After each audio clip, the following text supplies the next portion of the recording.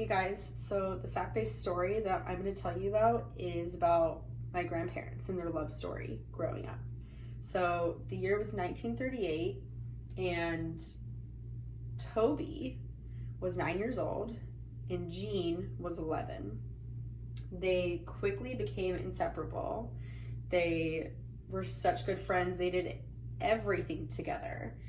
And it didn't matter what they had gone through, which included World War II, the Vietnam War, the Holocaust, and several other events in history while they were children. So they hung out. It didn't matter what they were doing. They had a ball. They wouldn't let anything get in the way of their friendship. So years go by, and they soon become teenagers. Now, Jean became overly protective of Toby, and when she would have a boyfriend, Jean would want to kick their butt, which didn't really come off as a good thing to Toby, but she knew that he was her friend and he just wanted the best for her. He wanted her to be happy. So whenever Toby was heartbroken or just wasn't having a good day with a boyfriend, Jean would come along and he would comfort her in her time of need, which, Toby appreciated that more than anything. And in their late teen years, before they turned 20, they realized that they loved each other. Their relationship was more than just a friendship. It grew into love, true love. They were so in love with each other. So Jean gets drafted into the war and ends up working for the Air Corps, which is now called the Air Force. And, they were separated.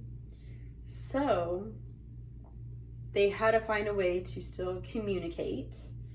And the only way to do that back then was kind of like a payphone.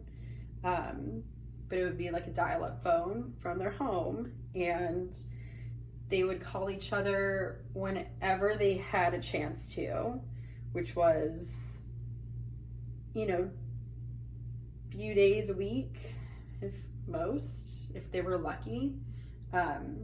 So during this time apart, they both realized on their end that they loved each other more than anything. So Jean one day on the phone tells Toby, Toby, I love you so much, and it would mean the world to me if we could spend our lives together. Toby realizes, oh my gosh, he's proposing to me over the phone. That's how they did it back then. They were apart. There was nowhere else to do it, no way else to do it.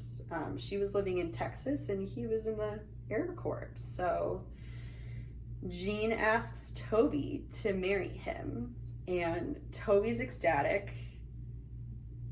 She lost it. She was so excited.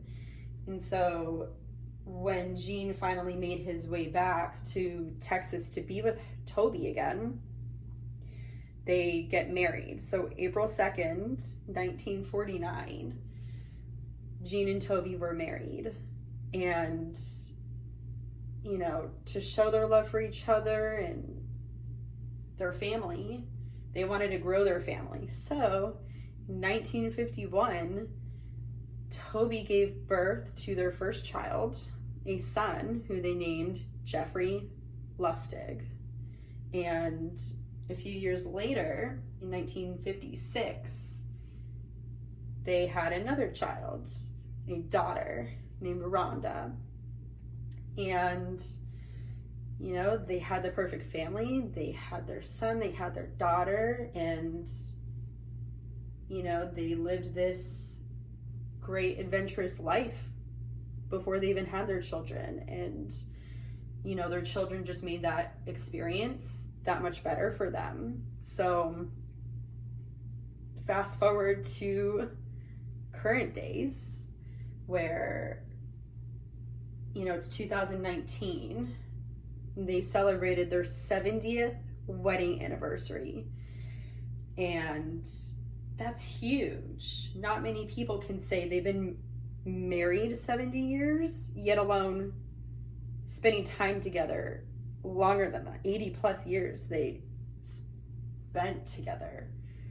It's unheard of, and it's amazing, and something I'll cherish forever because I got to witness this great love. And that's kind of it, Here I am, I'm Rhonda's daughter, her baby. And that's kind of it.